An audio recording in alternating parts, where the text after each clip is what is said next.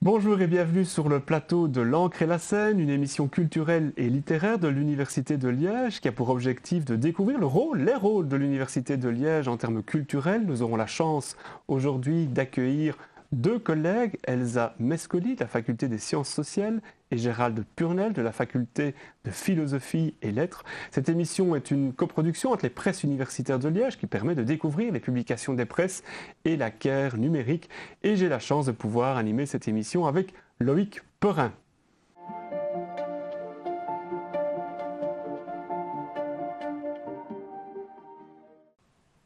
Commençons avec notre première invitée, Elsa Mescoli. C'est l'occasion de nous relater l'histoire d'un projet artistique notamment. Et Loïc, je vais directement vous laisser présenter notre invitée. Bonjour Elsa Mescoli. Bonjour. Vous êtes anthropologue et chargée de cours à la Faculté des Sciences sociales de l'Université de Liège, au sein du Centre d'études de l'ethnicité et des migrations. Pour commencer cet entretien, pourriez-vous vous présenter? Quels sont vos sujets de recherche? Oui, bien sûr. Oui, comme vous le dites, je suis anthropologue et donc je donne des cours à la faculté de sciences sociales en anthropologie de l'alimentation, anthropologie de la culture matérielle et puis toute une série de cours qui portent notamment sur les migrations, en lien avec le genre, l'intersectionnalité, les migrations forcées, les théories et pratiques de la diversité et d'autres. Et donc j'ai fait ma thèse concernant les pratiques culinaires et les habitudes alimentaires donc de femmes en contexte de migration, notamment des femmes marocaines qui vivaient en Italie, dans la province de Milan. Et de manière plus générale, je m'intéresse en fait aux pratiques culturelles dans les pratiques alimentaires. La cuisine donc, fait partie aussi, mais des pratiques artistiques. Et j'essaye de comprendre comment ces pratiques peuvent aider quelque part la construction des subjectivités, des identités, mais aussi la création d'espaces de participation et de débat aussi, du coup, donc en dehors de l'espace intime et familial donc des femmes, mais pas que. Voilà un petit peu. Merci. Rentrons dans le vif de votre actualité. Vous venez de publier un livre chez Academia, Tissons des liens, pas des monotes. Cet ouvrage retrace l'histoire d'un projet artistique et citoyen lancé par l'artiste liégeoise Bénédicte Moyersohn, qui est également co-auteur du livre. Oui. Les Liégeoises et les Liégeois se souviennent peut-être de cet immense filet de colson qui était attaché sur la place Saint-Lambert quelques semaines avant les élections de juin 2024. Pourriez-vous nous présenter brièvement ce projet et ses objectifs ? Oui, tout à fait. Donc, c'est une œuvre collective qui a été, comme vous l'avez dit, initiée et portée par Bénédicte Moyersohn avec toute une série d'associations liégeoises, mais aussi au-delà. Donc, une œuvre collective, donc à la fois créée par un ensemble de personnes, et l'artiste insiste sur le fait que, en fait, sans cet ensemble de personnes, cette œuvre n'aurait pas pu voir le jour. Donc, elle ne peut pas être portée par une personne, par un artiste, une artiste. Et donc, c'est une œuvre donc, mise en place, créée par des citoyens, avec et sans papier, comme elle dit elle-même, donc qui sont dans qui ont un statut de séjour ou pas, qui partagent le fait de vivre dans la ville de Liège, mais pas que, parce que les ateliers donc, de tissage de cette œuvre collective et de création donc, ont été menés aussi ailleurs que dans la ville. Et donc, c'est une œuvre collective, mais c'est aussi une œuvre qui a une symbolique particulière, donc qui porte une signification, un sens particulier. Donc, c'est une œuvre qui est composée par environ 112 000 colsons. Donc ce chiffre déjà correspond plus ou moins aux estimations des personnes en séjour irrégulier en Belgique. Donc c'est déjà ce chiffre qui est symbolique, mais aussi l'objet qui est utilisé. Donc ce colson qui est souvent utilisé en fait pour ménoter lors des arrestations, donc pour des raisons administratives, les personnes donc en séjour irrégulier. Et donc l'idée est vraiment de créer quelque chose ensemble qui inverse quelque part ou qui donne une nouvelle symbolique donc, à cet objet qui est symbole de violence en fait, et donc qui symbolise plutôt dans l'œuvre des liens qui peuvent se créer entre les personnes par le tissage et par la création de l'œuvre elle-même. Il ne s'agit donc pas juste d'une œuvre, mais plutôt d'un long processus de création collective dont vous vous rendez compte dans ce livre. Durant les ateliers qui ont mené à la réalisation de cette œuvre, y a-t-il eu des désaccords, des tensions ou des moments où le message du projet ne faisait plus consensus ? Oui, alors il faut dire que je n'ai pas participé évidemment à tous les ateliers, donc voilà, ce que je vais partager ici vient un peu des témoignages que j'ai pu collecter et aussi de la parole également de Bénédicte. Alors il n'y a pas vraiment eu des moments de tension, mais certainement des moments de questionnement, donc dans lesquels les personnes qui participaient se demandaient est-ce que ce qu'on est en train de faire va vraiment servir à quelque chose. Est-ce que, parce que c'est une œuvre qui a une portée aussi politique, évidemment. Donc c'est un symbole dans l'espace public d'une volonté d'accueillir autrement. C'est un peu ça qui est derrière l'œuvre. Et donc l'idée est, voilà, le questionnement qui émergeait est est-ce qu'avec cette œuvre, on va vraiment amener un changement ?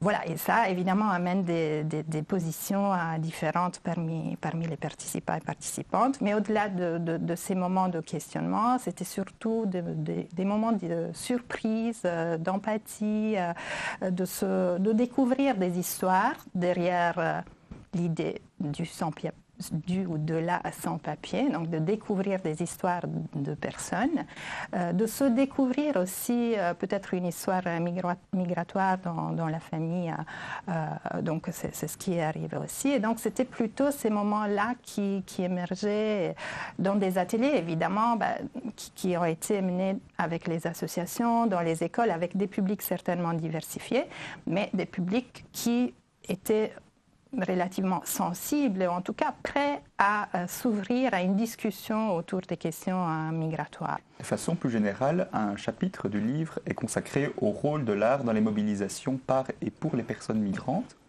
Avez-vous d'autres exemples où des pratiques artistiques mobilisées à des fins de plaidoyer dans le domaine de la politique migratoire ont contribué à infléchir l'action des autorités publiques ? Oui. En fait, c'est une question un peu difficile, donc, dans le sens que, et ça reflète un peu ce que je disais par rapport à ces questionnements aussi au sein des ateliers, à quoi ça sert. Et donc, effectivement, c'est une question qui est aussi présente dans la littérature. Dans quelle mesure ces pratiques et ces initiatives autour de l'art porte un véritable changement et souvent la réponse est non, dans le sens pas au niveau des lois, il n'y a pas un impact direct de ce type d'œuvre, mais il y a bien un impact peut-être indirect ou plus à long terme que l'on peut voir, notamment dans le fait que, comme je le disais, ici l'œuvre est collective et ça implique toute une série d'ateliers. Ces ateliers sont souvent menés dans les écoles. Pourquoi ? Parce qu'on va toucher les jeunes, on va toucher donc des publics, si on prend une classe, il peut y avoir des personnes sensibles ou pas aux questions migratoires, avec certaines orientations politiques ou d'autres, donc on a certainement une diversité. Donc on parle à ces jeunes-là, donc en se disant que voilà, il y a une diversité dans leur profil et positionnement, et en se disant aussi que c'est eux et elles qui vont un jour prendre les décisions politiques qui concerneront tout le monde. Et donc par ce travail-là, au travers de l'art avec les jeunes, on a espoir qu'il pourra y avoir un impact sur le long terme. Et puis l'autre chose qu'il faut quand même mentionner, c'est que pour les personnes qui participent aux ateliers, qui participent à la création de l'œuvre, il y a quand même un effet un peu plus immédiat, notamment pour les personnes qui sont exclues par leur statut de séjour, d'autres formes de socialisation, de participation. Ces ateliers, ces créations collectives dont ils voient en fait l'œuvre finale, ce sont un peu une bouffée d'oxygène. Donc il y a quand même aussi un effet immédiat, même s'il y a des moments de désespoir aussi, parce que voilà, il n'y a pas eu de campagne de régularisation, par exemple, à la suite de toute une série de manifestations, de grèves et d'œuvres artistiques ou de projets artistiques qui poussaient vers cette direction-là. Elsa Mescoli, passons maintenant à votre portrait culturel. L'idée, c'est de vous découvrir sous une autre facette à travers des questions qui appellent des réponses relativement courtes. Une œuvre artistique qui vous a ému? Je vais quand même rester dans le thème. Ce n'est pas une œuvre, mais un ensemble d'œuvres. Et ce sont en fait les écrits d'un atelier d'écriture qui a été mené avec une amie et journaliste et et aussi animatrice culturelle qui s'appelle Liliane Fanello, avec la Voix des sans-papiers Liège. Et donc ce sont des moments de partage de vécu qui sont très chargés émotionnellement de la part de tous les participants et participantes et qui donnent aussi jusqu'à des pièces de théâtre, mais qui donnent des écrits différents. Un lieu culturel où vous aimez vous rendre? Alors, est-ce qu'on peut dire que les marchés, ce sont des lieux culturels? Parce que j'adore aller au marché. Et je pense que ce sont des endroits où non seulement on vend et on achète, mais plutôt on fait et on met en scène la culture et on peut en faire l'expérience d'une manière multisensorielle plutôt que juste par le regard. Une citation qui vous tient à cœur? Oui, donc je vais la lire pour être précise. C'est une citation qui est tirée de l'ouvrage La naissance de la clinique de Michel Foucault, publié en 1963 et que j'ai eu l'occasion de lire la première fois pendant mon mémoire, la rédaction de mon mémoire. Et donc il écrit « Il doit y avoir un monde où le regard libre de tout obstacle n'est plus soumis qu'à la loi immédiate du vrai, mais le regard n'est pas fidèle au vrai et soumis à la vérité sans assurer par là une souveraine maîtrise. Le regard qui voit est un regard qui domine, donc je coupe un petit peu. Et sans rentrer dans l'explication contextuelle de cette citation, elle me tient à cœur parce qu'elle nous dit en fait que le regard n'est jamais neutre, il n'est jamais le miroir quelque part d'une vérité qui se donnerait à voir, mais un regard qui peut dominer et être dominé à la fois. Et donc, c'est une manière de se remettre toujours en question, d'être toujours réflexif par rapport à ces dynamiques. Et donc, voilà, c'est quelque chose qui m'influence un peu dans mon quotidien, dans mon activité de recherche, mais aussi dans l'enseignement. C'est quelque chose que je rappelle toujours aussi à mes étudiants et mes étudiantes lorsque je les accompagne dans leur formation.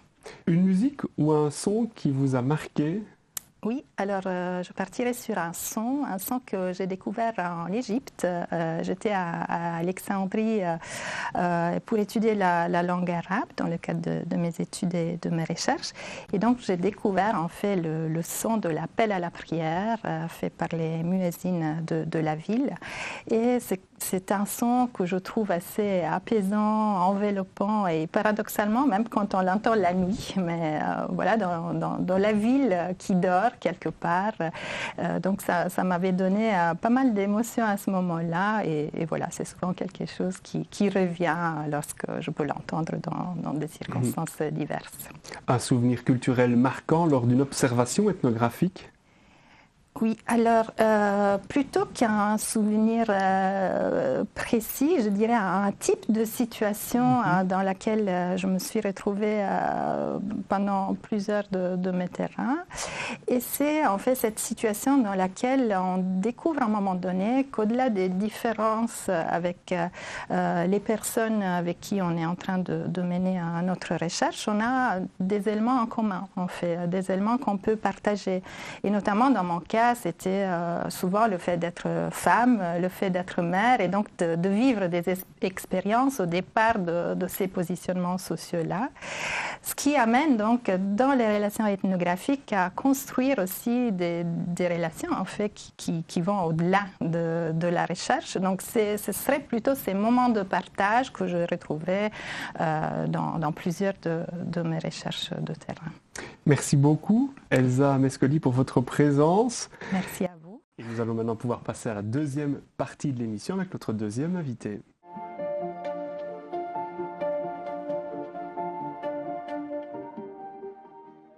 Et nous sommes à présent avec notre deuxième invité, Gérald Purnel, pour parler de poésie à Liège. Loïc, je vais vous laisser présenter notre invité et échanger avec lui. Gérald Purnel, vous êtes professeur à l'Université de Liège, avec pour domaine l'étude des formes poétiques et la poésie francophone de Belgique. Vous avez notamment édité l'œuvre du poète liégeois Jacques Izoard, et ça tombe bien, puisque nous allons aujourd'hui évoquer la place de la poésie en région liégeoise et au sein de notre université. Commençons peut-être par poser les termes du débat. Existe-t-il une école liégeoise de poésie? Alors, une école, c'est beaucoup dire, mais il y a une spécificité de la poésie à Liège, une spécificité variable qui se répète d'époque en époque. Par exemple, un poète symboliste assez important, Albert Mokel, était liégeois et non pas flamand comme Verhaeren ou Maeterlinck. et il a créé une revue très importante qui s'appelait La Wallonie. Plus tard, on a eu des poètes comme Marcel Thierry ou Alexis Curvers qui représentent plutôt l'école néoclassique de la poésie, mais toujours un peu excentré par rapport au centre qu'est Bruxelles. Et un autre poète très important, c'est Georges Lins, plus moderniste, qui a une grande influence et qui a été reconnu par pas mal de jeunes poètes des années 60 et 70 à Liège.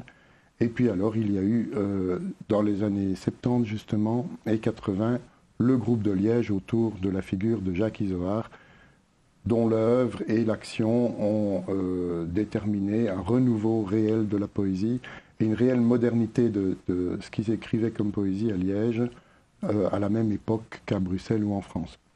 Vous évoquez donc Jacques Izoard. Pourquoi est-il devenu une figure aussi centrale? Quelles sont les spécificités de son écriture? Alors, il est devenu une figure centrale pour deux raisons. D'abord parce qu'il est devenu un grand poète, et deuxièmement parce qu'il a voulu, très tôt dans les années 60, alors qu'il avait à peine la trentaine, il s'est manifesté comme animateur de la vie littéraire et de la vie poétique.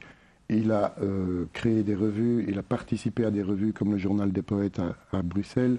Il a animé la vie littéraire dans des lieux de rencontre comme des librairies, à Liège, en Outremeuse ou ailleurs.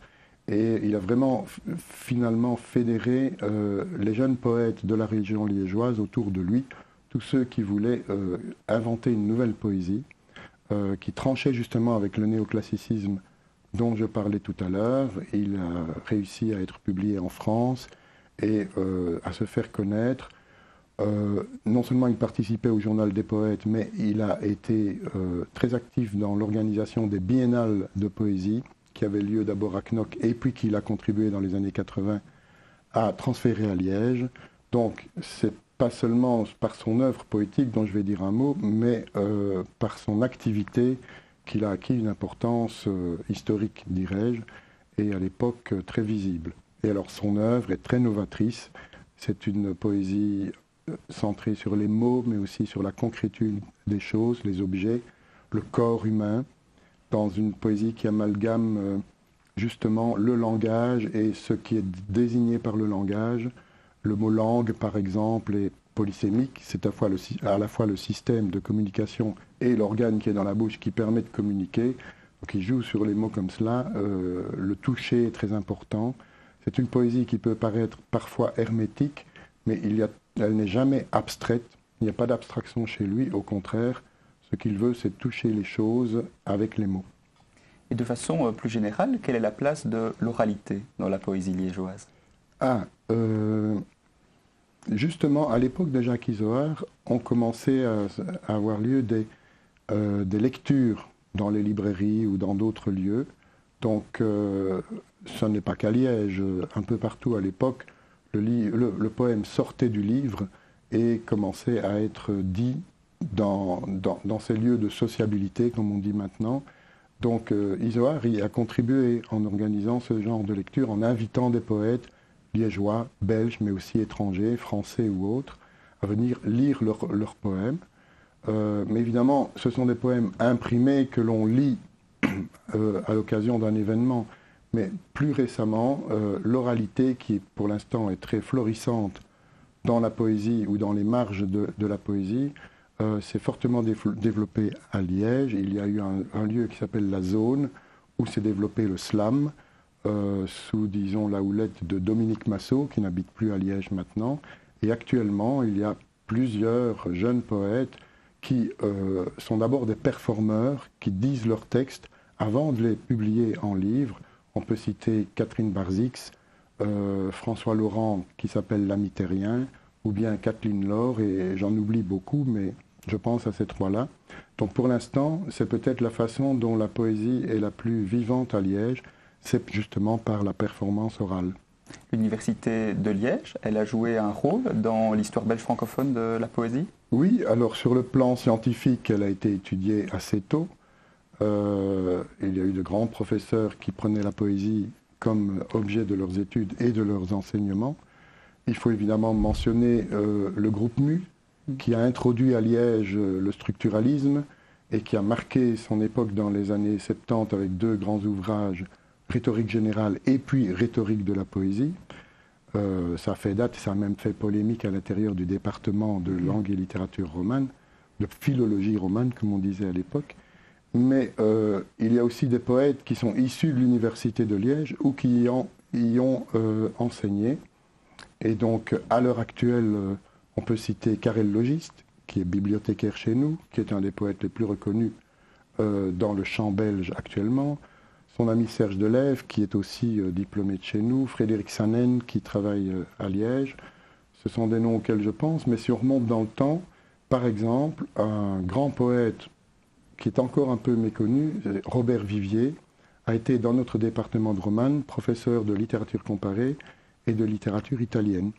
Et parmi ses contemporains, des poètes encore moins connus comme Marcel Paco ou Marcel Loumet, totalement oubliés, mais ont été professeurs à l'université. Et même au XIXe siècle, peu de temps après la création de l'université de Liège, certains des premiers professeurs ou des générations qui venaient après étaient aussi poètes. Pour conclure cette interview, pourriez-vous nous lire un poème liégeois de votre choix? Oui. Alors je vais choisir Jacques Isoard. Un poème en prose. Je peux en lire deux? Oui, hein, bien Allez, sûr. d'accord. Un en vers et un en prose. Celui en prose s'intitule « Langue de Liège aveugle ». Promenade des chœurs et des chamades avant d'appréhender dessins, tortues, murs détruits, pavés bossus, fontaines de givre, adolescents et filigranes. Légia mise au tombeau des sabots neufs. Agneaux naïfs ou aériens près des femmes dont le lait me submerge. Les coquelicots s'amoncellent dans l'escalier qui tourne. Je te salue, noir dessinateur des levains et des poulpes. Les rayons croisés tissent le rêve des gens qui dorment ou qui s'aiment à la volée. Je ne touche pas la peau du lecteur. Je n'entre pas dans ses yeux ouverts. Je ne vois pas son visage. Avons-nous peur des mots? Se dévêtent pantin et fée. N'en restera-t-il qu'illusion? Une chaise longue, un soir d'automne. Une femme nue sous un parapluie. Une toile d'araignée qui tremble. M'assaillent les visions incertaines. M'assaillent les sans-bras des laitiers et des voleurs, des lingères et des larrons. J'invente la chambre et les plantes aquatiques. J'invente un voyage en Albanie en compagnie des jeunes miliciens populaires. J'invente ce que j'invente à travers les 10 doigts du bonheur, à travers le doré liquide. Courses et nages, afflux noirs des paupières. Et alors un poème plus court, et un peu moins hermétique, mais tout aussi sensuel. J'assiste à l'union de la haie et de la pluie. Allume un feu de miel dans la chambre où tu vis. Les maisons de plumes cachent vos aînées les plus heureuses, vos complots de voix austères. À mes mains, je ne demande que la tempête et le gibier. Pour ma dépouille, j'exige la jarre fraîche et ronde. Voilà. Gérald Purnel, passons à votre portrait littéraire. L'idée étant de vous découvrir sous une autre facette à travers des questions qui appellent des réponses courtes. D'accord. Le personnage de roman avec lequel vous aimeriez boire un café? Alors j'ai réfléchi et je crois que c'est Macrol el Gaviero, Macrol le Gabier, qui est le personnage de toute l'œuvre de l'écrivain colombien Alvaro Mutis.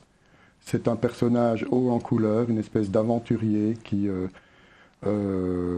voyage sur les bateaux, qui fait les métiers les plus improbables. Et c'est un homme qui a une philosophie, ce Macrol. Et franchement, vu le nombre de gens qu'il croise dans les ports et dans les villes, le croiser dans un café, ce serait bien. La plus belle histoire d'amour en littérature? L'amant de Lady Chatterley. Un vers que vous connaissez par cœur? Le début et un peu plus de la chanson du mal-aimé d'Apollinaire. Un soir de demi-brume à Londres, un voyou qui ressemblait à mon amour vint à ma rencontre, et le regard qu'il me jeta me fit baisser les yeux de honte. Et je m'arrête là. Un poème que vous détestez, mais que tout le monde adore? Ah, c'est un aphorisme de René Char qui est « La poésie est de toutes les eaux claires, celle qui s'attarde le moins au reflet de ses ponts. » le mieux pour cet aphorisme, c'est de ne rien signifier, parce que s'il signifie quelque chose, c'est inadmissible. Voilà.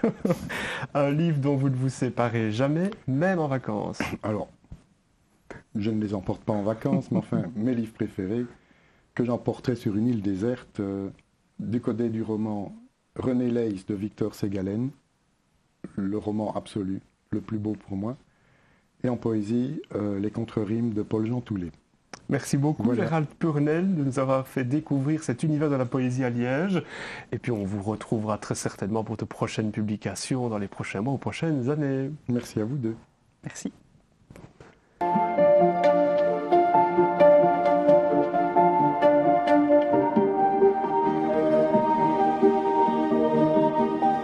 En commençant par un premier livre, Le clavier et les larmes, comprendre les cultures populaires japonaises à partir de Clannad, de Julien Bouvard et Mathieu Triclot.